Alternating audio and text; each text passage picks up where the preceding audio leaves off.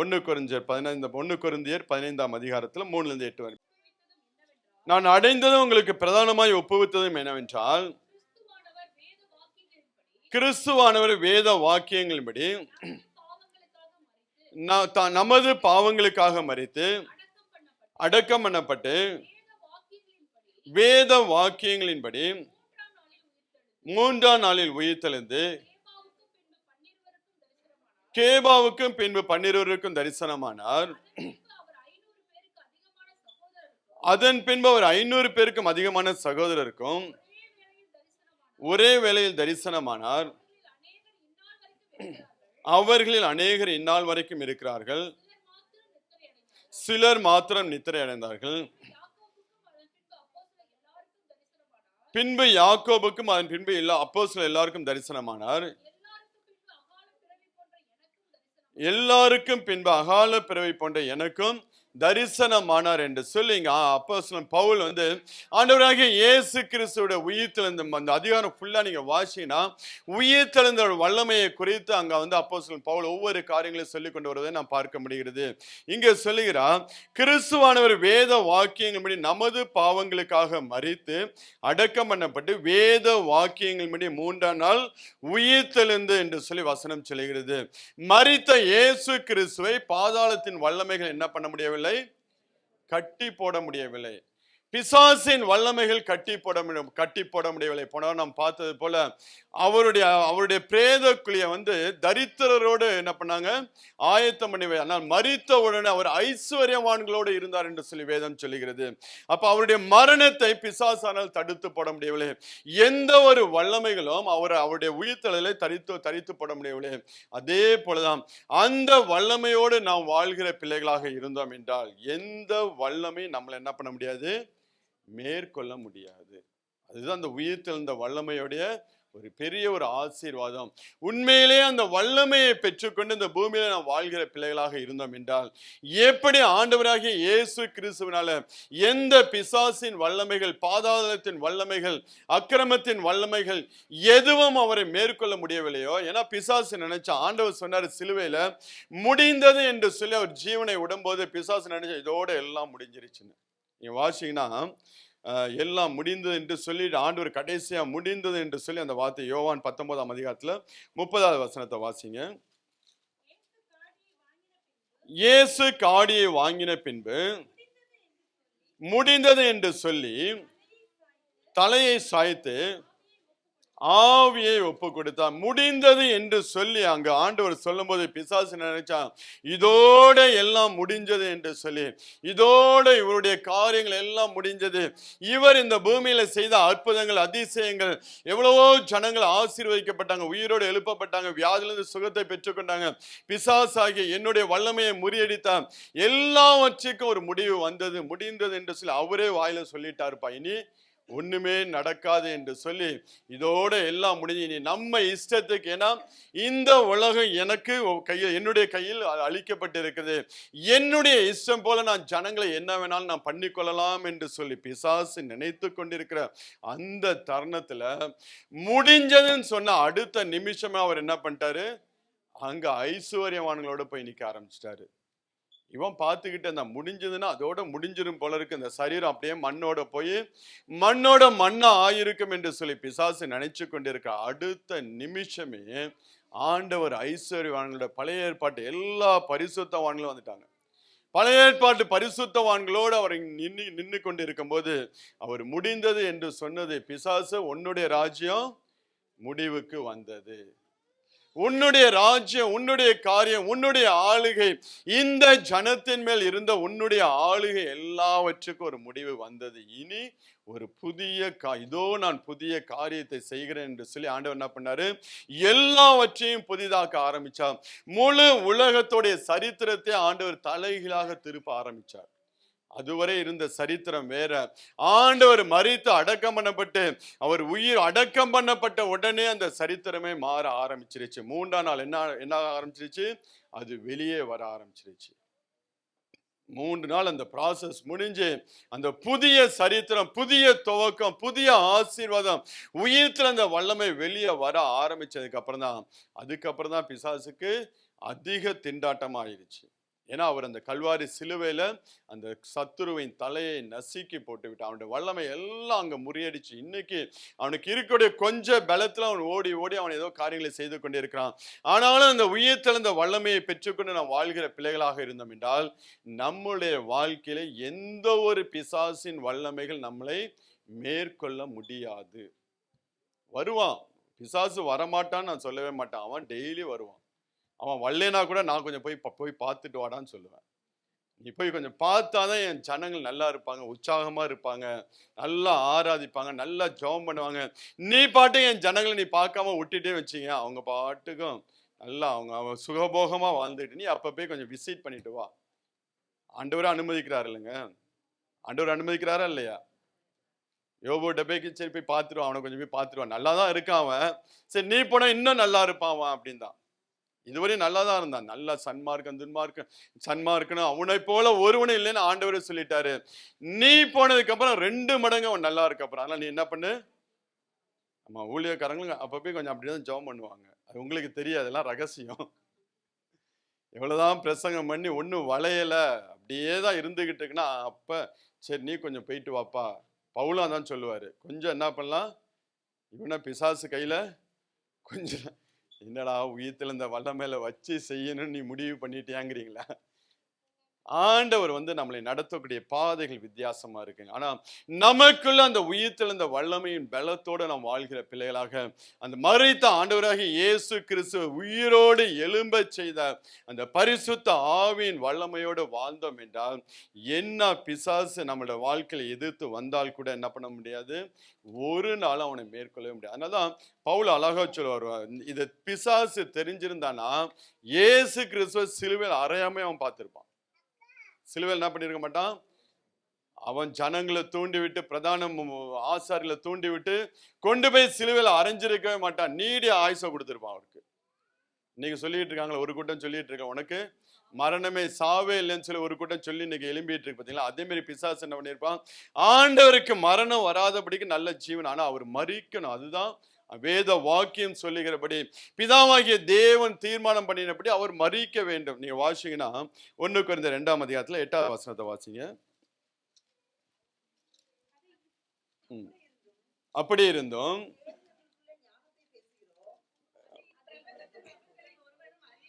அதை இந்த பிரபஞ்சத்தின் பிரபுக்களில் ஒருவனும் அறியவில்லை.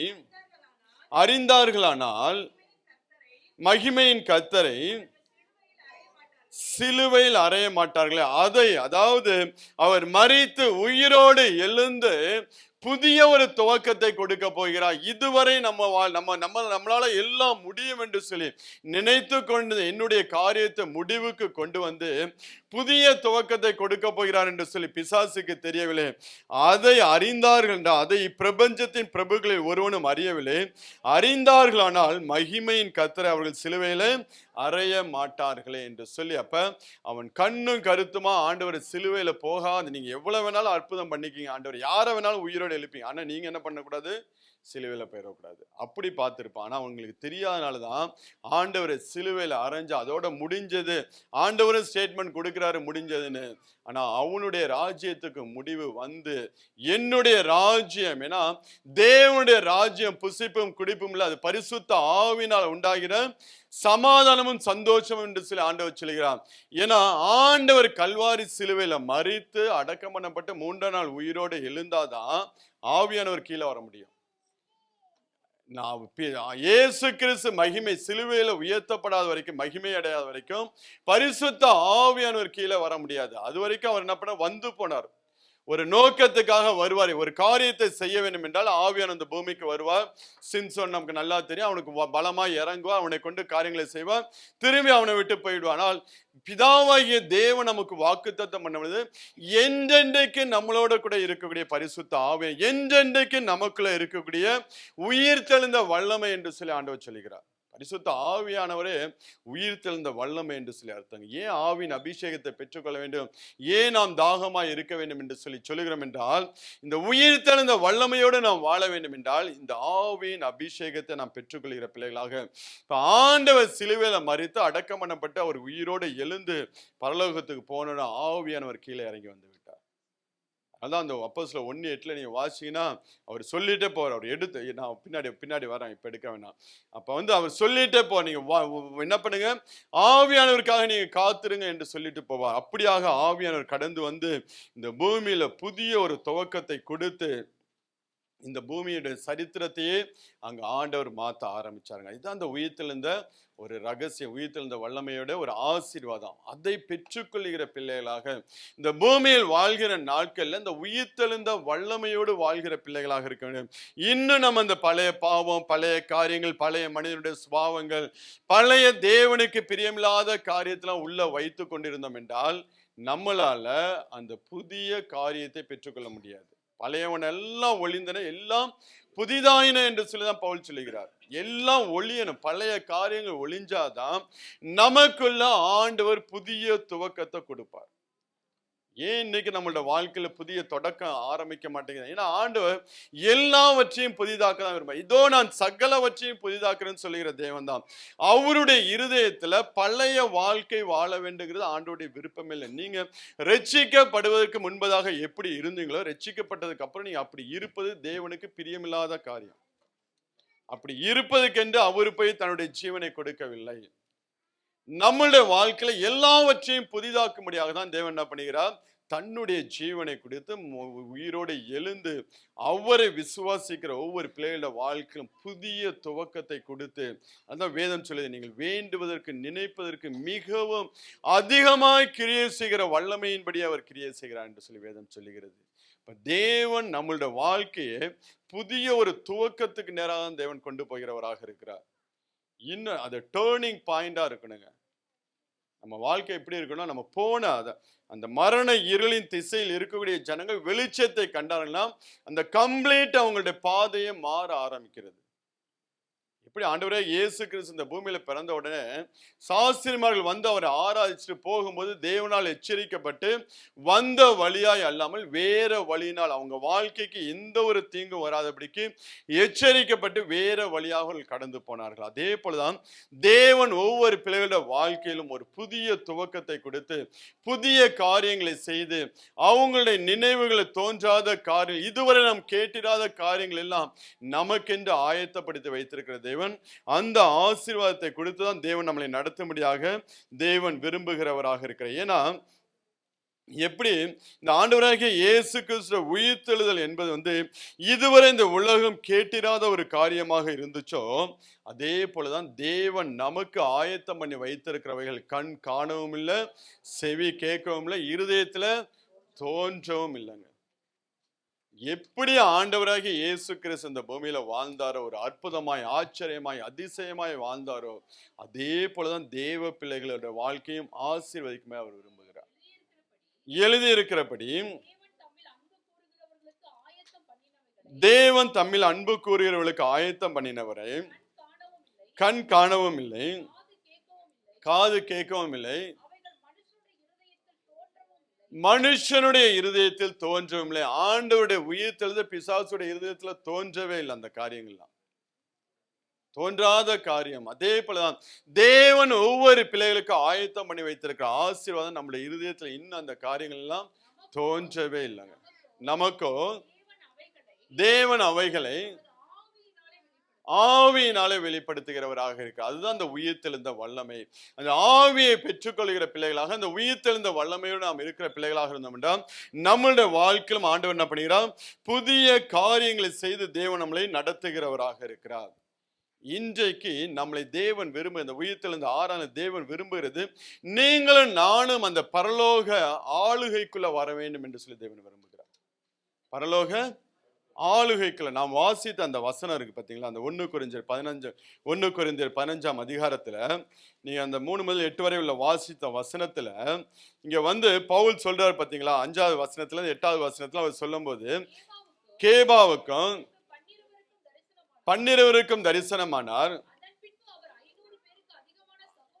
அதன் பின்பு 500 பேருக்கும் அதிகமான சகோதரருக்கும் ஒரே வேளையில் தரிசனமானார். அவர்களில் அநேகர் இந்நாள் வரைக்கும் இருக்கிறார்கள், சிலர் மாத்திரம் நித்திரை அடைந்தார்கள். யாக்கோபுக்கும் அதன் பின்பு அப்போஸ்தலர் எல்லாருக்கும் தரிசனமான, அதாவது நீங்க தரிசனமான நீங்க வந்து அந்த படிக்கிறீங்கல்ல, 2 விதமான தரிசனம் அது. அதாவது ஃபர்ஸ்ட் இந்த கேபாவுக்கு 500 பேருக்கு தரிசனமானார் பாத்தீங்களா, இது முழு பரலோக மகிமையோடு தரிசனமாகல. பவுலுக்கு தரிசனமானார் பாத்தீங்களா, அது முழு பரலோக மகிமையோடு தரிசனமானார். குழப்பம் இல்ல. ஃபர்ஸ்ட் அவர் உயிரோடு எழுந்து பரலோகத்துல போய் பிதாட்ட என்ன பண்ணுவாரு, அந்த ஜெயத்தை கொண்டு போய் பிதாட்ட கொடுத்துட்டு கீழே வருவாரு. இல்ல வரேன். அப்ப அவர் ஃபர்ஸ்ட் என்ன பண்ணிக்கிறாரு, பிதாட்ட போய் ஜெயத்தை கொடுத்துட்டு அதுக்கப்புறம் கீழே, ஏன்னா மகதலேன மரியாள் வந்து அந்த தோட்டத்துல அழுது கொண்டிருக்கும் போது அந்த அம்மாவோட ஏக்கம், வாஞ்சை, விருப்பத்தின் நிமித்தம் ஆண்டவர் என்ன பண்ணுவாரு, அந்த ஜெயத்தை பிதாவிடத்துல கொண்டு போய் கொடுப்பதற்கு முன்பதாகவே மகதலேன மரியாளுக்கு முதல் தரிசனம் அவங்களுக்கு தான். மகதலேன மரியாளுக்கு தான் முதல் தரிசனத்தை ஆண்டவர் கொடுக்கிறாரு. பிதாவை போய் பார்ப்பதற்கு முன்பதாகவே அங்க, ஏன்னா அவளுடைய வாஞ்சை அப்படியாப்பட்ட ஒரு வாஞ்சை. அது ஒரு பெரிய ஒரு சப்ஜெக்ட் அந்த சப்ஜெக்ட்.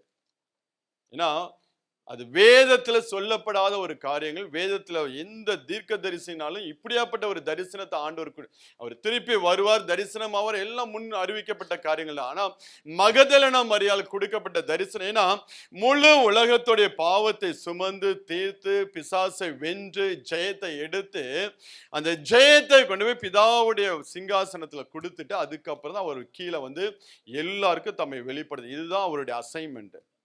ஆனா இந்த அம்மா வைத்த வாஞ்சை நிமித்தம், விருப்பத்தை நிமித்தம், ஏன்னா பேதுருவும் கல்லறைக்கு வருவார், யோவானும் கல்லறைக்கு வருவாங்க.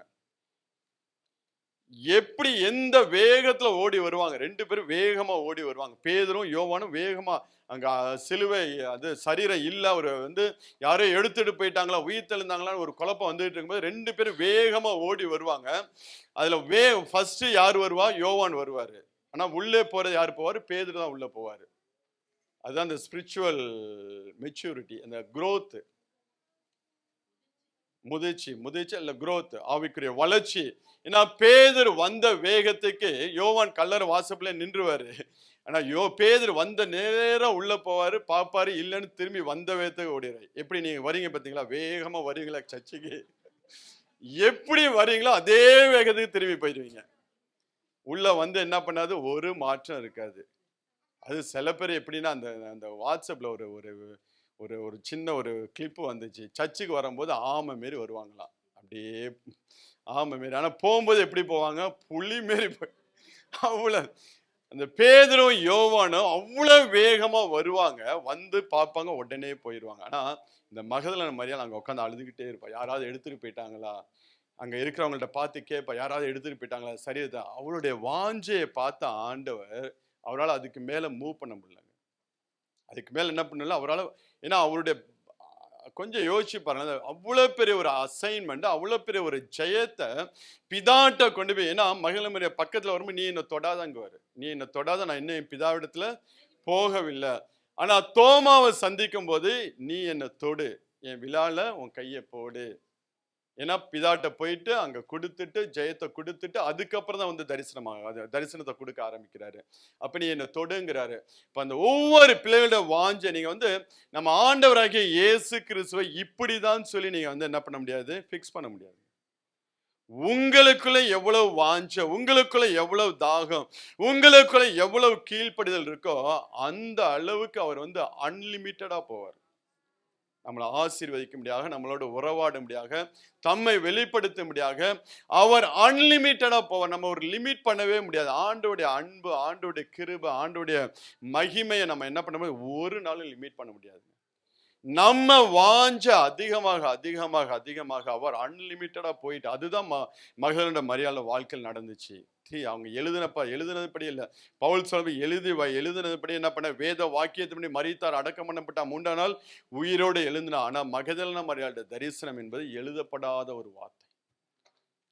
அதனாலதான் சொல்லி இன்னும் நீங்க ஆண்டவரை தேடணும். ஆண்டவரோட கூட வாசம் பண்ண முடியாக, ஆண்டவரோட கூட உறவாட முடியாக நீங்க என்ன பண்ண வேண்டும்? உங்களை ஒப்பு கொடுங்க. நீங்க எந்த அளவுக்கு நீங்க யாரையும் பார்க்காதீங்க, மற்றவங்களை பார்க்காதீங்க, மற்றவங்களை நீங்க ரோல் மாடலா எடுக்காதீங்க, ஊழியக்காரர் ரோல் மாடலா எடுக்காதீங்க, பெரிய பெரிய ஊழியக்காரர் ரோல் மாடலா எடுக்காதீங்க.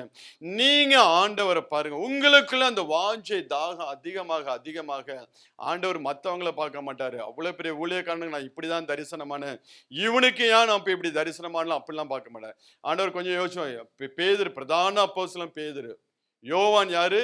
ஆண்டவருடைய மார்பிலை சாய்ந்து கொண்டு ஆண்டவர் அவ்வளவா நேசிக்கக்கூடிய ஒரு மனுஷன் யோவான். ஆனா அவங்க 2 பேரை காட்டிலும் இந்த மகதலா மரியாதைக்கு வந்த அந்த சான்ஸ் இருக்கு பாத்தீங்களா, அது யாருக்குமே கிடைக்காது. அதுதான் தாகம். அதுதான் ஆண்டவரை தேடக்கூடிய விதத்தை பொறுத்து ஆண்டவர் நம்மளோடு இடைப்படுகிறவராக நம்மளை ஆசீர்வாதம். ஆண்டவருடைய காரியங்கள் எதையுமே லிமிட் பண்ண முடியாது. ஏன்னா சில பேர் என்கிட்ட வந்து கேட்பாங்க, இந்த மாரி ஆயிடுச்சு, எப்படி நான் இதுல இருந்து வெளியில வர்றது, ஏதாவது ஆண்டவர் என்ன தண்டிப்பா? ஒன்னும் தண்டிக்க மாட்டேன். இன்னைக்கு நீ சரண்டர் ஆனினா நீ என்ன வேணாலும் செஞ்சிருக்கலாம். ஆண்டவர் நீ என்ன வேணாலும் பண்ணி, இப்ப நீ சரண்டர் ஆனினா எல்லாத்தையும் தூக்கி போட்டு முன்பை காட்டுல 2 மடங்கு ஒன்னு ஆசீர்வதிப்பார். இப்படிதான் நம்ம சொல்றது. ஏன்னா இது உண்மையிலே இதுதான் ஆண்டவருடைய அன்பு, இதுதான் ஆண்டவருடைய இருதயம். அதனால நம்மளுடைய வாழ்க்கையில பழைய வாழ்க்கை இந்த நிமிஷம் இந்த ஆராதனைக்கு வர வரைக்கும் நீங்க எப்படி வேணாலும் வாழ்ந்திருக்கலாம். அநேக கேள்வியோட என் வாழ்க்கை இப்படி இருக்கு, இப்படியே முடிஞ்சிடுமா, இப்படியே போய்விடுமா? ஆண்டவர் நோங்கிறார். இன்னைக்கு நீ சரியா உங்களை நீங்க ஒப்பு கொடுத்தீங்கன்னா இந்த வாழ்க்கை ஆண்டவர் அப்படியே மாற்றி போடுகிறவராக இருக்கிறார். நம்மளுடைய கற்பனைக்கு வராத காரியங்கள் எல்லாம் நம்மளுடைய வாழ்க்கையில் இப்ப இங்க நம்ம பார்த்தோம்னா அந்த மற்ற சீஷர்களுக்கு கொடுத்த தரிசனமும் இங்கே பவுலுக்கு கொடுத்த தரிசனமும் வித்தியாசம். பவுலுக்கு கொடுத்த தரிசனம் முழு பரலோக மகிமை. அதனால அந்த வெளிச்சத்தை பார்க்கும்போது அவனால பவுல் என்ன அந்த கண்ணு பார்வை போய் அவன் கீழே விழுகிறவனாக, பாக்கி யாருக்கும் அந்த தரிசனம் இல்லை. நீங்க வாசிங்கன்னா அப்போஸ்தலர் 1ஆம் அதிகாரத்துல 3வது வசனத்துல இருந்து வாசிங்களேன். ஆகையால் எருசலேமை விட்டு போகாமல் 1:3 அவர் பாடுபட்ட பின்பு 40 நாளளவும் அப்போஸ்தலருக்கு தரிசனமாகி தேவனுடைய ராஜ்யத்துக்குரியவர்களை அவர்களுடனே பேசி அநேகம் தெளிவான திருஷ்டாந்தங்களினாலே அவர்களுக்கு தம்மை உயிரோடு இருக்கிறவராக காண்பித்தார். அவர்களோடு பேசினாரு. அதாவது உயிர் தெழுந்ததுக்கு அப்புறம் தான் என்ன பண்ணுகிறாரு? திருஷ்டாந்தமாய் அவர்களோடு பேசுகிறார். இதுல யோவான ஒரு ஆளுதான். யோவான் இந்த கூட்டத்தில் இருக்கிறாரு. இதே யோவான் பத்மு தீவுல போய் அவன் என்ன பண்ண ஆவிக்குள்ளாகி அவனை பரலோகத்துக்குள்ள கொண்டு போய் ஆண்டவராகிய இயேசு கிறிஸ்து வந்து நிற்கும் போது அவருடைய சத்தம் எப்படி இருந்துச்சான்? பெருவெள்ளத்து இறைச்சலை போல இருந்துச்சு. வெளிப்படத்துல 1:5 வாசிங்க. அவருடைய சத்தம் பெருவெள்ளத்து இறைச்சலை போல. இந்த இங்க நீங்க அப்போஸ்தலர் 1:3 வாசிக்கும் போது என்ன பண்ணாரு? அவரு திருஷ்டாந்தமா கேஷுவலா அவங்களோட பேசிக்கிட்டு இருக்காரு. இன்னும் அந்த முழு பரலோக மகிமையோட என்ன பண்ணல, அவர் அங்க அவங்களுக்கு தரிசனத்தை கொடுக்க ஆரம்பிக்கவில்லை. அவர் அவங்க கேஷுவலா பேசிட்டு அவங்களோட ஒவ்வொரு காரியங்களை சொல்லிட்டு இருக்கிறாரு. 5வது வசனத்துல இருந்து வாசிங்க. நீங்கள் எருசலேமை விட்டு போகாமல் என்னிடத்துல கேள்விப்பட்ட பிதாவின் வாக்குத்தத்தம் நிறைவேற காத்திரங்களை கட்டளையிட்டார். கூடி வந்திருந்தவர்கள் அவரை நோக்கி, ஆண்டவரே, இக்காலத்தில் ராஜ்யத்தை இஸ்ரவேலுக்கு திரும்ப கொடுப்பீர் என்றார். அதற்கு அவர், பிதாவானவர் தம்முடைய ஆதீனத்தில் வைத்திருக்கிற காலங்களையும் வேலைகளையும் அறிகிறது. உங்களுக்கு அடுத்ததுல ஒரு சாதாரண ஒரு கான்வர்சேஷன் தான் அங்க நடந்துகிட்டு இருக்கு.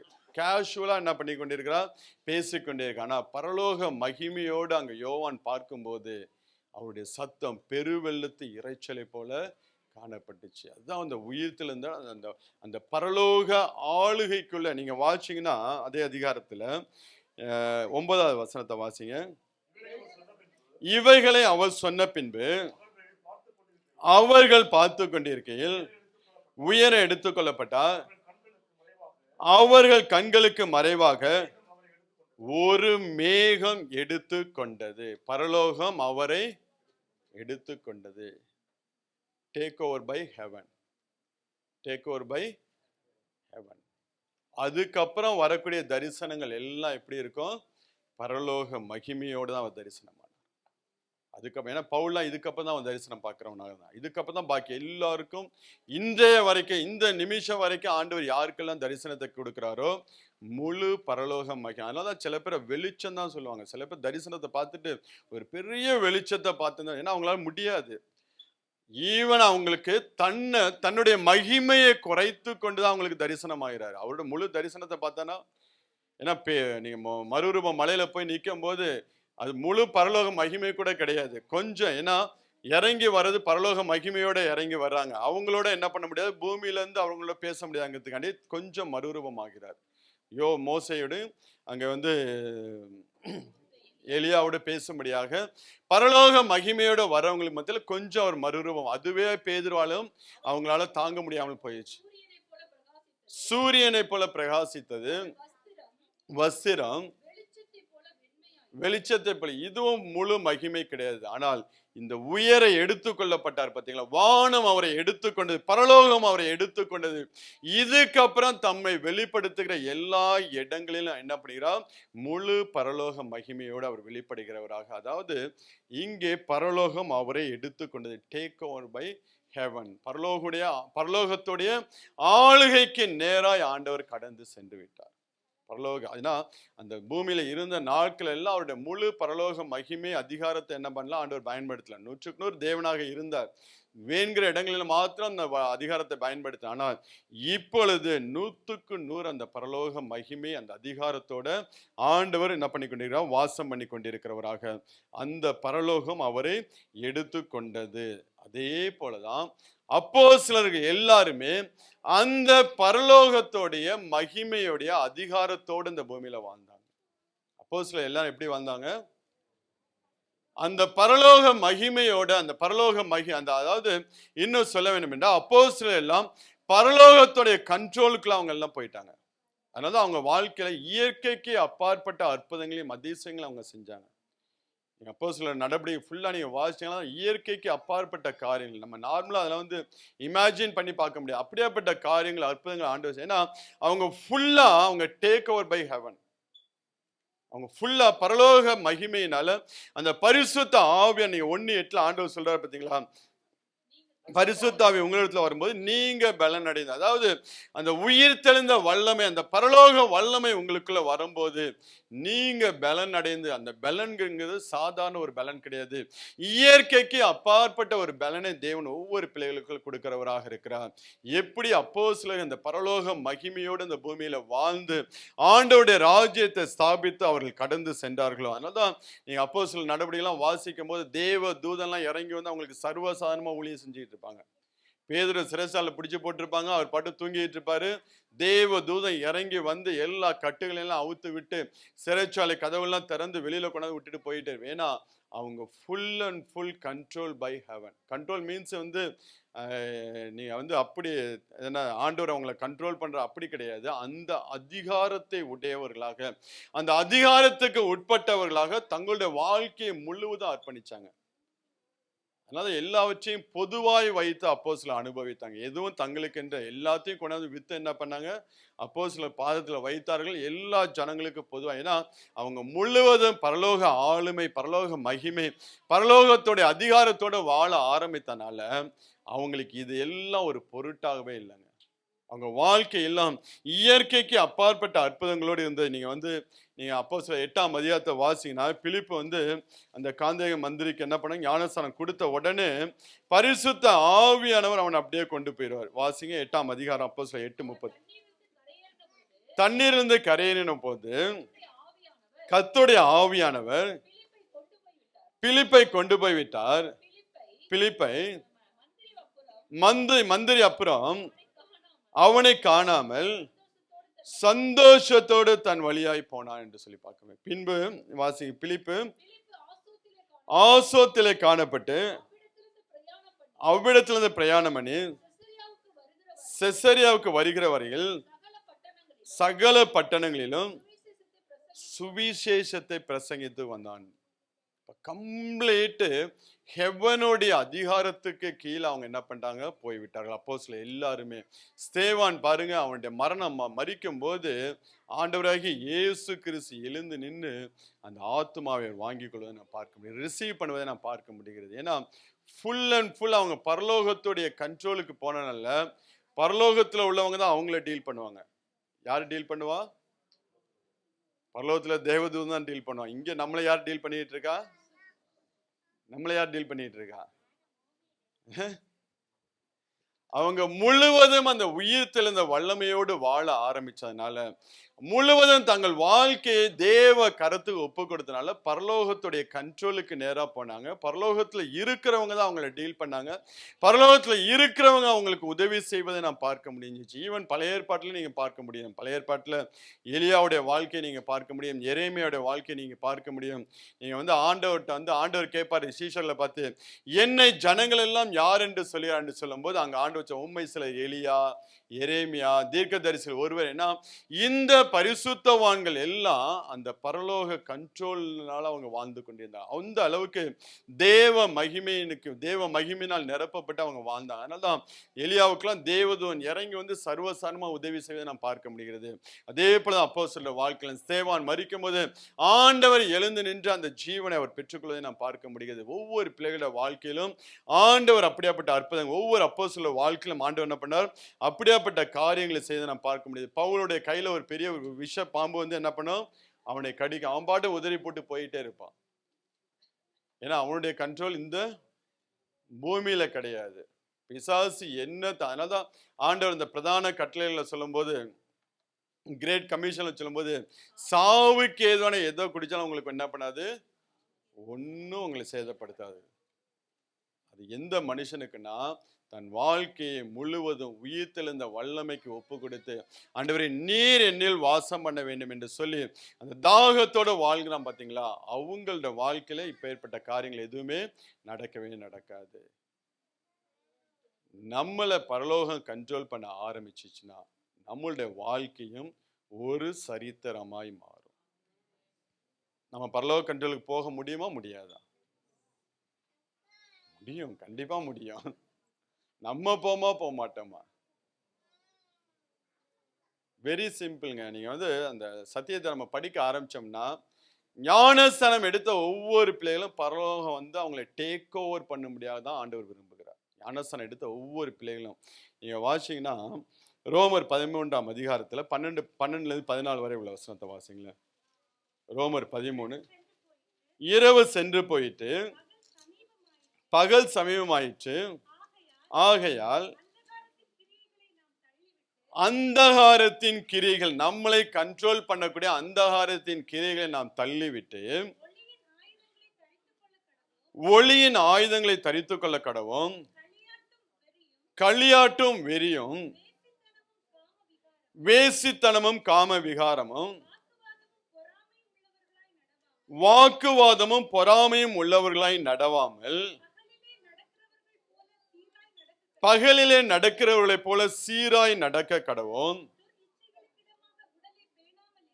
துர் இச்சைகளுக்கு இடமாக உடலை பேணாமல் இருந்து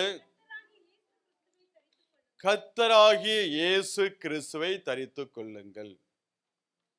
அதுதான் பரலோக ஆளுகைக்கு நேராக, அதாவது கர்த்தராகிய இயேசு கிறிஸ்துவை தரித்துக் கொள்ளுங்கள் என்றால் அந்த பரிசுத்த ஆவியார் நமக்குள்ள நல்லா நிரம்பி வழியக்கூடிய ஒரு அனுபவத்துக்குள்ள இருந்தோம் என்றால் நீங்களும் நானும் ஆண்டவராகிய இயேசு கிறிஸ்துவை தரித்துக் கொள்ளுகிறவர்களாக இருந்து கொண்டிருக்கிறோம். ஆவியார் நமக்குள்ள முழுவதுமாய் ஆளுகை செய்கிறவராக இருந்தால் நாம் அவரை அதனாலதான் இங்க அவ சொல்லுகிறான், இரவு சென்று போயிட்டு பகல் சமயமாயிற்று, ஆகையால் அந்தகாரத்தின் கிரியைகளை நாம் தள்ளிவிட்டு ஒளியின் ஆயுதங்களை தரித்துக் கொள்ள கடவோம். களியாட்டும் வெறியும் வேசித்தனமும் காம விகாரமும் வாக்குவாதமும் பொறாமையும் உள்ளவர்களாய் நடவாமல் பகலிலே நடக்கிறவர்களாய் சீராய் நடக்க கடவோம். இந்த காரியம் எல்லாம் நமக்குள்ள இருந்துச்சுன்னா இன்றைக்கும் பிசாசு நம்மளை கண்ட்ரோல் பண்ணிட்டே இருப்பாங்க. நம்ம கிறிஸ்தவங்கள தான் ஆலயத்துக்கு வருவோம், ஆராதிப்போம், ஜெபம் பண்ணுவோம், பைபிள் படிப்போம், எல்லாம் இருக்கும். ஆனா கண்ட்ரோல் யார் இருக்கும்? அதுக்கு ஒரு உதாரணம் சொல்லணும்னா நான் அடிக்கடி சொல்லக்கூடிய காரியம்தான். யோனத்தானும் தாவீதும் ரொம்ப சிநேகிதர்கள். அந்த சிநேகிதத்தை வேதமே அழகா வர்ணிக்குது. அவ்வளவு சிநேகிதர்கள். ஆனா யோனத்தானுடைய கண்ட்ரோல் யார் கையில இருந்துச்சு? சவுல் கையில இருந்துச்சு. அதனாலதான் சவுலோடு யோனத்தானும் மரிச்சு போறான். இல்லைன்னா அந்த யோனத்தான் தன் கண்ட்ரோல தாவீது கையில கொண்டு கொடுத்துதான் வச்சுங்களேன், தாவீதுக்கு அடுத்தது யோனத்தான் தான் வந்திருப்பான். தாவீதுக்கு ரெண்டாவது கேட்டகரியில் யார் இருந்திருப்பா? தாவீத நீங்க, ஏன்னா தாவீது நேசித்த நேசத்துக்கு ஈக்குவல் போஸ்ட் கொடுத்திருப்பான். ஈக்குவலா வச்சு அவனை ட்ரீட் பண்ணி கொண்டு போயிருப்பான். அந்த அளவுக்கு தாவீது யோனத்தானா தன்னுடைய கண்ட்ரோல் தாவீதா இல்லாதபடிக்கு தன்னுடைய கண்ட்ரோல் தான் தகப்பன், அதாவது இந்த உலகத்தினால கண்ட்ரோல் பண்ணக்கூடிய, ஏன்னா சவுல் எல்லாத்தையும் இழந்து விட்டான். அவனுக்குள்ள இருந்த ஆவியானவர் எடுத்து தேவன் தாவீதுக்குள்ள வச்சுட்டாரு. அப்பவே யோனத்தான் இவ்வளவும் நல்லா தெரியும். எல்லாமே தெரிஞ்சு தாவீது பரலோகத்தினால கண்ட்ரோல் பண்ணப்படுகிற மனுஷன் தெரிஞ்சு அவனுடைய கண்ட்ரோலுக்கு போகாம அவன் உலகத்துடைய கண்ட்ரோல் ஆகிய தன் தகப்பனுடைய கண்ட்ரோல் இருந்தனாலதான் யோனத்தான் அதோட மடிந்து போகிறவனாக இருந்தான். அதனால ரொம்ப அழுவான். யோனத்தானுக்கு தாவீது ரொம்ப துக்கம் கொண்டாடுகிறவனாக இருப்பான். இன்னைக்கு அநேக பிள்ளைங்க அப்படிதாங்க. ஐக்கியம் ஆண்டவரோட தான் இருக்கும். ஐக்கியம் சொல்ல முடியாது, ஆண்டவரோட ஒரு கிறிஸ்தவன் சொல்லிட்டு இருந்துகிட்டு இருப்பாங்க. ஆனா கண்ட்ரோல் எல்லாம் யார்கிட்ட இருக்கும்? பிசாசுட்ட கொடுத்து வச்சிருப்பாங்க. ஏன்னா அவனுடைய காரியத்தை தனக்குள்ள வச்சுக்கிட்டு, இங்க அதான் சொல்ல களியாட்டு, வெறி, வேசித்தனம், காம விகாரம், வாக்குவாதம், பொறாமைகள் உள்ளவர்களாய் நடவம், இதெல்லாம் இருந்துச்சுன்னா இன்னும் கலாத்தியர் நீங்க 5ஆம் அதிகாரத்துல அவர் லிஸ்ட், மாம்சத்தின் கிரியைகள் லிஸ்ட் போட்டு சொல்றாரு பாத்தீங்களா? அது எது எல்லாம் நமக்குள்ள இருந்துச்சுன்னா அது நம்ம அந்த இருக்கிற வரைக்கும் என்ன பண்ணும்? இந்த பிசாசு நம்மளை கண்ட்ரோல் பண்ணிக்கிட்டே இருக்கும். அதனால ஏன் வியாதி போக மாட்டேங்குது? ஏன் தரித்திரம் போக மாட்டேங்குது? ஏன் நம்ம ஆசீர்வாதத்தை பெற்றுக்கொள்ள முடியும்னா, விட வேண்டியதை விடாமல் நம்ம இன்னும் உள்ளே வைத்து கொண்டு இருப்பனால்தான் சில நேரங்கள் அந்த கண்ட்ரோல் நம்மளை மீறி அதை நம்மளை கண்ட்ரோல் பண்ண. ஆனால் முழுவதுமா நீங்க டெடிகேட் பண்ணி நீங்க ஆண்டவரே நீர் மாத்திரம் எனக்கு போதும், ஆண்டவரே எதுவும் எனக்கு வேண்டாம் அப்படின்னு சொல்லி, அதுக்கு நீங்க ஒரு துறவியா ஒரு சாமியாரா போன்னு சொல்லல, எல்லாமே இருக்கணும். ஏனோக்கு அவன் குடும்பஸ்தனா இருந்தான். அதே நேரத்துல தேவனோடு இருக்கும்போது பரலோக ஆளுகைக்குள் அவன் காணப்பட்டவனா இருந்தான். அதே போல நீங்க தேவனோடு வாசம் பண்ணுகிற பிள்ளைகளாக இருந்தீர்கள் என்றால் உண்மையிலே உங்களை பரலோகம் கண்ட்ரோல் பண்ண ஆரம்பிக்கும். இந்த உயிர்த்தெழுந்த இந்த வல்லமை உங்களை கண்ட்ரோல் பண்ண ஆரம்பிக்கும். எப்படி அப்போஸ்தலர் வாழ்ந்தாலும் அதே போல நம்மளாலும் இந்த பூமியில வாழ முடியும். அதுல எந்த ஒரு சந்தேகம் இல்லை. பவுலுக்கு மாத்திரம் இல்லை, பேதுருக்கு மாத்திரம் இல்லை, யோவானுக்கு மாத்திரம், ஒவ்வொரு பிள்ளைகளையும் ஆண்டவர் அந்த அபிஷேகம் தான். அதாவது பவுலுக்குள்ள இருந்த அந்த அபிஷேகம் தான். மோசே 70 பேர் ஆண்டவர் என்ன பண்ணுவாரு? 70 பேர் தெரிஞ்சு கொண்டு ஆண்டவர் மோசே உனக்குள் இருக்கக்கூடிய அபிஷேகத்தை என்ன பண்ணி 70 பேர் கொண்டு போய் வைங்குவார். யாரெல்லாம் அந்த அபிஷேகத்தை பெற்றுக்கொண்டு அந்த அழைப்பை பெற்றுக்கொண்டு மோசையை போல தங்களை உருவாக ஒப்பு கொடுத்தாங்களோ அவங்க தான் அடுத்த லெவலுக்கு வந்தாங்க. யோசுவா அந்த லெவலுக்கு வந்தானா, நான் மோசையோட இருந்தது போல உன்னோட கூட இருப்பேன்னா, அந்த அபிஷேகத்தை பெற்றுக்கொண்ட யோசுவா தன்னை முழுவதுமாய் ஒப்பு கொடுக்கும் போது அந்த ஸ்தானத்துல கொண்டு வைக்கிறார். மோசையோட இருந்தது போல உன்னோட கூட. மோசைங்கிற கேரக்டர் செப்பரேட்டுப்பா, அவனை போல ஒருத்தன் வர முடியாது. ஆனா அவனோட இருந்தது போல உன்னோட நான் இருப்பேன். அதே போலதான் ஆண்டவர் என்ன பண்ணுவார்? ஒவ்வொரு அப்போஸ்தலரோட இருந்து எப்படி காரியங்களை செய்தாரோ அதே போல நம்மளோட இருந்தும் தேவன் காரியங்களை செய்கிறவராக இருக்க. என்னைக்கு நம்ம முழு கண்ட்ரோலை பரலோகத்துக்கு கொடுக்கிறோமோ அன்னைக்கு நம்மளோட வாழ்க்கை எப்படியா இருக்கும். இதுதான் நீங்க ரோமர் 6ஆம் அதிகாரத்துல அப்போஸ்தலன் பவுல் அங்க ஞானஸ்நானத்தை குறித்து பேசுவார். ஞானஸ்நானத்தை குறித்து அவர் பேசும்போது சொல்லக்கூடிய காரியங்கள் நீங்க 3ஆம் அதிகாரத்துல 13 வரை நீங்க வாசிக்கணும். இதோட நான் முடிக்கிறேன். வாசிங்க 6ஆம் அதிகாரத்துல 3வது வசனத்துல, கிறிஸ்து இயேசுவுக்குள்ளாக ஞானஸ்நானம் பெற்ற நாம் அனைவரும்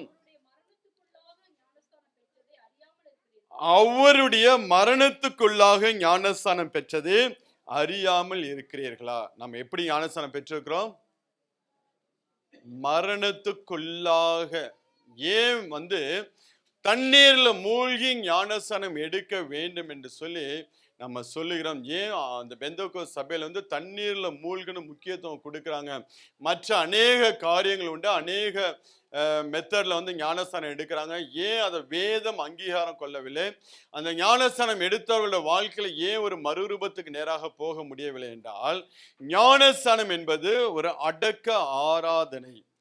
எப்படி வேத வாக்கியம் சொல்லுகிறபடி ஆண்டவராகிய இயேசு கிறிஸ்து மரித்து அடக்கம் பண்ணப்பட்டு 3ஆம் நாள் உயிரோடு எழுந்தாரோ அதற்கு ஒப்பனையான ஞானஸ்தானம் என்பதுதான் இங்கே பவுல் வந்து சொல்லுகிறான். கிறிஸ்து இயேசுவுக்குள்ளாக ஞானஸ்தானம் பெற்ற நாம் அனைவரும், கிறிஸ்து இயேசுவுக்குள்ளாகனா அந்த தண்ணீர்ல மூழ்கி நம்ம, அதாவது நம்ம வயது, நம்ம நல்ல நன்மை தீமை அறியக்கூடிய வயதுல நம்ம நன்மையை செய்யாம தீமையை செய்ய ஆரம்பித்து அந்த தீமை செய்து செய்து பாவம் நம்மளோட வாழ்க்கையில அது ரொம்ப அதிகமாகும் போது நமக்குள்ள ஒரு விடுதலைக்காக ஏங்க ஆரம்பிக்கும். ஒவ்வொரு ஆத்மா என்ன பண்ணும், ஒரு விடுதலைக்காக ஏங்க ஆரம்பிக்கும். இந்த விடுதலை கிடைக்காத, அதாவது சரியாக ஆண்டவராகிய இயேசு கிறிஸ்து வந்து தங்களுடைய பாவங்களை அறிக்கை பண்ணி விடுதலை பெற்றுக்கொண்டா அந்த மனுஷன் விடுதலை பெற்றுக்கொள்வான். ஆனால் தனக்கு ஒரு விடுதலை வேண்டும் என்று சொல்லி நினைப்பாங்க. ஆனா அந்த விடுதலை பெற்றுக்கொள்ள சரியாக ஆண்டவராகிய இயேசு கிறிஸ்து வராதனாலதான் அந்த விடுதலை கிடைக்காம இன்னைக்கு மனுஷன் தவறான வழிகளில் போக ஆரம்பிக்கிறான். ஏன் இந்த குடி பழக்கத்துக்கு அடிமையாகிறான்னா அவனுக்குள்ள ஒரு விடுதலை. ஏன்னா அந்த பாவம் அவனுடைய இருதயத்தை போட்டு ஒடுக்க ஒடுக்க ஒடுக்க அந்த பாவ தன்மையில தான் அவனுக்கு ஒரு விடுதலை. தன்னுடைய என்ன சொல்றது, தன்னுடைய சுயாதீனம் சொல்ல முடியாது, தன் சுய நினைவு, தன்னுடைய சுய நினைவு, அதாவது அந்த பாவம் தன்னை நெருக்கி அந்த பாவம் வந்து தன்னை துன்புறுத்து பார்த்தீங்களா, அந்த நினைவை மறக்கிறதுக்கு என்ன பண்றான், அவன் தண்ணி அடிக்கிறான், தவறான வழியில போறான், தவறான பாவம் செய்ய ஆரம்பிக்கிறான். இதை எல்லாம் மறக்க வேண்டும் என்று சொல்லி அந்த பாவம் அழுத்தும் போது அந்த பாவத்திலிருந்து விடுதலை பெற்றுக்கொள்ள முடியாதனால என்ன பண்ணுகிறான், தவறான வழிகளில் போய் தன் சுய நினைவை மறந்து ஒரு நைட்டு தூங்கி எந்திரிக்கணுங்கிறதுக்காண்டி தன்னுடைய சுய நினைவு மறக்கப்பட வேண்டுங்கிறதுக்காண்டி என்ன பண்ணா போய் தண்ணி அடிக்கிறான். தண்ணி அடிச்சு படுத்து தூங்கி காலைல திருப்பி என்ன பண்ணா அந்த வேதனைக்குள்ள போகிறான். ஆண்டவர் இதுல இருந்து விடுதலை கொடுக்கும்படியாக தான் என்ன பண்ணுகிறான், அவன் அந்த காரியங்கள் எல்லாம் மறக்க பண்ண வேண்டும் என்றால் அவன் அடக்கம் பண்ணப்பட வேண்டும். தன் பழைய பாவத்துக்கு அடக்கம் பண்ணப்படும்படியாக தான் இங்கே பவுல் சொல்லுகிறார், கிறிஸ்துவுக்குள்ளாக அவருடைய மரணத்துக்குள்ளாக நாம் ஞானஸ்தானம் பெறுகிறோம் என்று சொல்லுகிறார். வாசிங்க அடுத்த வசனத்தை. மேலும் பிதாவின் மகிமையினாலே கிறிஸ்து மரித்தோர்ந்து எழுப்பப்பட்டது போல நாமும் புதிதான ஜீவனுள்ளாய் நடந்து கொள்ளும்படிக்கு அவருடைய மரணத்துக்குள்ளாகும் ஞானஸ்தானத்தினாலே கிறிஸ்துவுடனே கூட அடக்கம் பண்ணப்பட்டோம். ஆதலால் அவருடைய மரணத்தின் சாயலில் நாம் இணைக்கப்பட்டவர்களானால் அவர் உயிர்த்தெழுதலின் சாயலிலும் இணைக்கப்பட்டிருப்போம். இந்த ஞானஸ்தானம், சரியான ஞானஸ்தானத்தை நாம் எடுத்தோம் என்றால், அந்த மரணத்துக்குள்ளான ஞானஸ்தானத்தை நாம் எடுத்தோம் என்றால் அந்த உயிர்த்தெழுந்த சாயலில் நாம் என்ன பண்ணுவோம், இணைக்கப்பட்டிருப்போம். உங்களுக்கு வந்து பழைய ஏற்பாட்டுல நம்ம குஷ்டரோகி நாகமான் வந்து வருவான் பார்த்தீங்களா, எலிசா வந்து சொல்லுவான், நீ போய் யோர்தான்ல போய் என்ன பண்ணு, ஸ்நானம் பண்ணி 7 தடவை மூழ்கி உனக்கு சரியாயிருங்குவான். அவன் ஒரு கோபத்தோட தான் போவான். ஆனால் போய் அவன் வந்து அந்த தண்ணீர்ல மூழ்கி எந்திரிக்கும் போது அவனுடைய ஆவி, ஆத்மா, சரீரம் 3மே மறுரூபமாச்சு. வெறும் சரீரம் மாத்திரம் கிடையாது. ஏன்னா அவனுக்குள்ள அவன் வெறுப்போடு தான் போய் தண்ணியில முங்குவான். ஆனா அந்த சரீரம் சிறு பிள்ளையின் சரீரம் போல மாறினதுக்கு அப்புறம் அவன் ஆவி, ஆத்மா, சரீரம் எல்லாமே ஒரு மறுரூபத்துக்கு. அதனாலதான் திருப்பி எலியாட்ட வந்து, நான் போகும்போது அந்த கோயில் வழியா போகணுப்பா, அது மாத்திரம் நான் குனிஞ்சுக்கிறேன் என்று சொல்லுவான் எலிசா கிட்ட வந்து. அந்த அளவுக்கு அவனுடைய ஆவி, ஆத்மா, சரி, அதுதான் உண்மையான ஞானஸ்தானம். ஞானஸ்தானங்கிறது ஒரு பாரம்பரியம் கிடையாது. அந்த ஞானஸ்தானம் எடுக்கும்போது நம்மளுடைய ஆவி, ஆத்மா, சரீரத்தில் என்ன பண்ணும், முழுவதும் ஒரு மறுரூபத்துக்கு நேராக போகுது. நம்முடைய பழைய மனுஷன் அங்க கலைந்து போடுவோம். கிறிஸ்துவுக்குள்ள ஒரு புது சிருஷ்டியாய் எழுந்திருக்கப்படும். புது சிருஷ்டினா உயிர்த்தெழுந்த சாயலில் நம்ம என்ன பண்ணுவோம், இணைக்கப்படுவோம். அதனால சொல்றேன், நம்மள பரலோகம் டேக் ஓவர் பண்ணி, எப்படி வந்து ஆண்டவராகிய இயேசு கிறிஸ்து வானம் எடுத்துக்கொண்டதோ இந்த ஞானஸ்தானம் மூலம் நம்மளும் பரலோகம் வந்து நம்மளையும் எடுத்துக்கொள்ளும். நம்மளுடைய பழைய மனுஷனை எல்லாம் எடுத்து போட்டு புதிய மனுஷனாய் மாறும்போது பரலோகம் நம்மளை எடுத்துக்கொண்டு பரலோகம் நம்மளை கண்ட்ரோல் பண்ண ஆரம்பிக்கும். பரலோகத்துடைய அதிகாரத்தை நமக்கு கொடுத்து பரலோகம் நம்மளை ஆளுகை செய்ய ஆரம்பிக்கும் போது நமக்கு பரலோகத்திலிருந்து என்ன பண்ணுவாரு? தூதர்களை நமக்கு பணிவிடை செய்ய. எபிரேயர் நீங்க வாசிங்கன்னா தேவதூதர்கள் யாரும் நமக்கு பணிவிடை செய்யக்கூடிய ஆவிகள் என்று சொல்லி வேதம் சொல்லுகிறது. ரட்சிப்பை சுதந்திரித்துக் கொள்ள போகிற நிமித்தமாக ஊழியம் செய்யும்படிக்கு அவர்கள் எல்லாரும் அனுப்பப்படுகிற பணிவிடா. அதாவது நம்ம பரலோகத்துடைய கண்ட்ரோலுக்கு நேரா போயிட்டோம்னா நமக்கு பணிவிடை செய்யக்கூடிய ஆவிகள் என்ன பண்ணுவார்? தேவன் அனுப்பி கொடுக்கிற. சில நேரங்கள்ல நம்ம தனித்து இருக்கும்போது சில நேரங்கள்ல இமை பொழுது நமக்கு ஒரு ஆபத்து போகும் பார்த்தீங்களா? கண்ணை மூடி கண்ணை திறக்கும்போது அந்த தீமையில நம்ம தப்பிக்கப்படும்.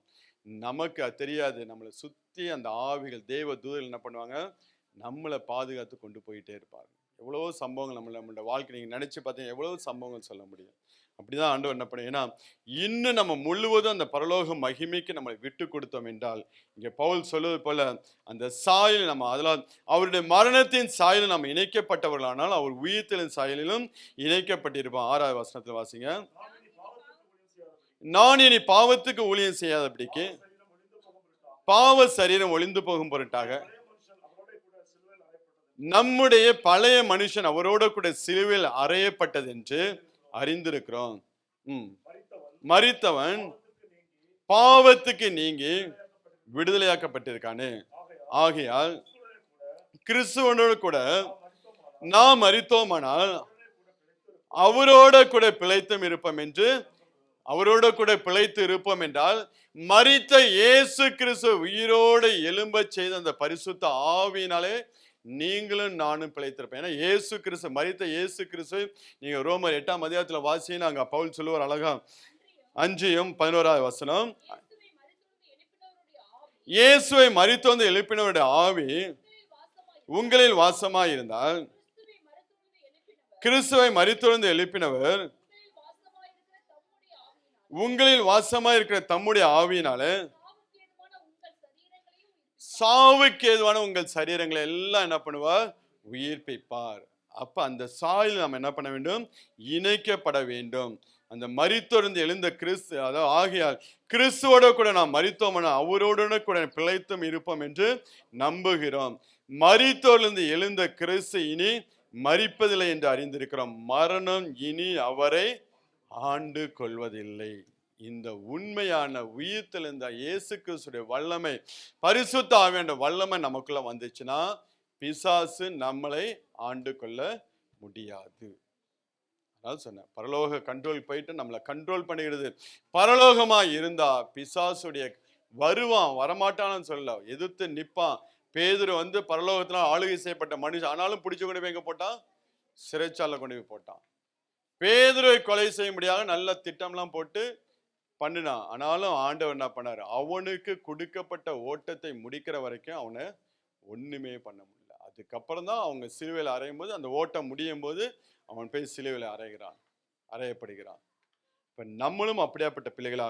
இப்ப நாமும் எப்படி மரித்தோடு எழுந்த கிறிஸ்து நீ மரிப்பதில்லை என்று அறிந்திருக்கிறோம். மரணம் இவரை ஆண்டு கொள்வது. அதே போலதான் நம்மளும் உயிர்த்தெழுந்த சாயல இணைக்கப்பட்டோம் என்றால் இந்த பிசாசுடைய ஆளுகை நம்மளோட வாழ்க்கையில இருக்காது.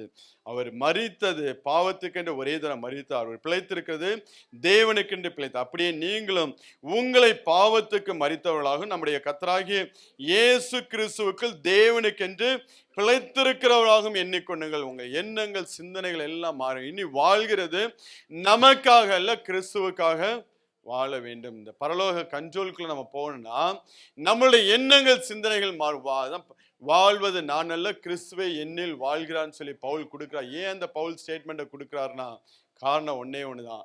அவன் ஃபுல்லா பரலோக கண்ட்ரோலுக்கு நேரா போனனால வாழ்வது நான் அல்ல, கிறிஸ்துவே என்னில் வாழ்கிறான் என்று சொல்லிட்டு உயிர்த்தெழுந்த வல்லமை இப்படியாப்பட்ட காரியங்கள் நம்முடைய வாழ்க்கையில செய்யக்கூடிய. அப்ப நாமும் நம்மளுடைய சுயநலத்துக்காக நாம் வாழாத. அதனால நான் அடிக்கடி உங்களுக்கு தேவ சித்தம் புரிந்து தேவ திட்டம் புரிந்து அந்த வாழ்க்கைக்கு ஒப்பு கொடுத்தாதான் உங்களோட வாழ்க்கையே இனிமையாக இருக்கும் உங்களுக்கு.